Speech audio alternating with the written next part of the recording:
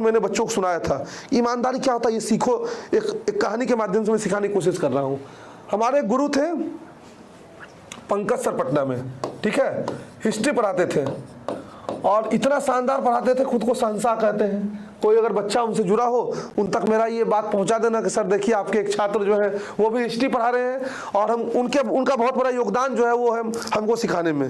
तो अगर आप लोगों को मिल जाए पटना में सर, तो सर को ये वीडियो दिखा दीजिएगा। सर तो हमको नहीं पहचानेंगे क्योंकि उस समय हम भी एज ए बहुत मैंने नॉर्मल कोचिंग स्टूडेंट जो है थे।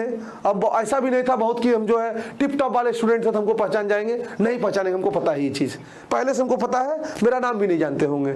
लेकिन आज जो है हम हजारों बच्चों को उनसे सीख के ये चीज़ें पढ़ा रहे हैं, तो ये एक अचीवमेंट हमारे लिए है। और सर को भी शायद गर्व हो अगर इस वीडियो को देखेंगे। उनकी एक कहानी मैं आपको बता रहा हूँ। पीसीएस के लिए सर स्टेट पीसीएस यूपीएससी इन सब के लिए पढ़ाते हैं।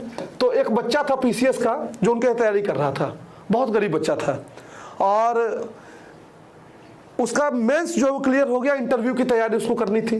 अब एक दिन क्या हुआ, सर को पता चला कि वो बच्चा जो है बहुत कष्ट में है, वो मतलब बहुत मेहनती है, लेकिन अब वो इस स्थिति में नहीं है कि इंटरव्यू की तैयारी के लिए जो है वो रुक के पटना में पढ़ाई कर सके। और उसको सर को लगा कि कहीं वो बालक चला ना जाए घर, इसलिए सर ने उस बच्चे को बुलाया और कहा कि ऐसा करते हो, तुमको 10,000 रुपये हम दे रहे हैं बाबू, तुम इस 10,000 रुपये को जो अपने पास रखो, खूब मेहनत से पढ़ाई करो। तो उसने मना कर दिया, कहा सर नहीं, ये पैसा हम नहीं ले सकते हैं। तो सर को लगा क्यों नहीं लेंगे, सर अपने आप को शहंशाह कहते हैं। गुस्सा गए, कैसा शहंशाह का हुक्म है, आदेश है, तुमको मानना पड़ेगा और नहीं अगर तुम ये पैसा लोगे तो हम तुमसे नाराज हो जाएंगे।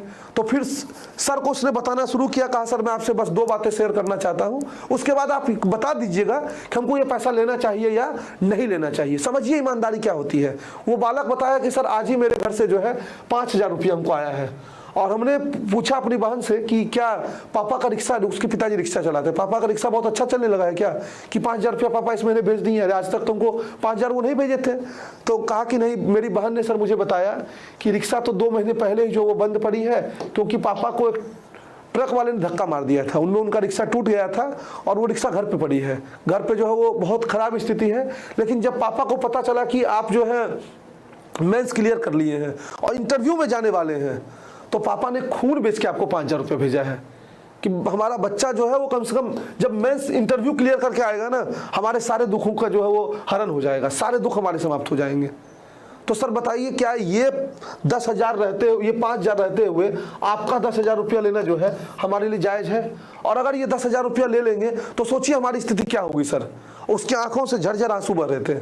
कहा सर मैं ये अगर 10,000 एक्सेप्ट कर लूँगा आज ना, हो सकता है मैं खाना ना बनाऊँ, संघर्ष करना छोड़ दूँ और जाकर जो है बढ़िया से रेस्टोरेंट में खाऊँ, इंटरव्यू पास ना करूँ। सर मैं किसी को मुंह दिखाने लायक नहीं रहूँगा। तो प्लीज़ सर ये पैसा आप रखिए, बस आशीर्वाद दीजिए अपने छात्र को कि मैं कुछ बेहतर करूँ और वो बच्चा जो है वो आगे चल के पीसीएस क्वालिफाई करता है।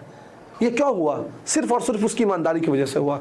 आपको लाइफ में कई बार ऐसा लगेगा कि कुछ चीज़ें आपको सडन मिल गई, आपने उसके लिए कोई मेहनत नहीं किया, किसी की जो है कृपा हुई और उस कृपा का आधार पर वो मिल गया।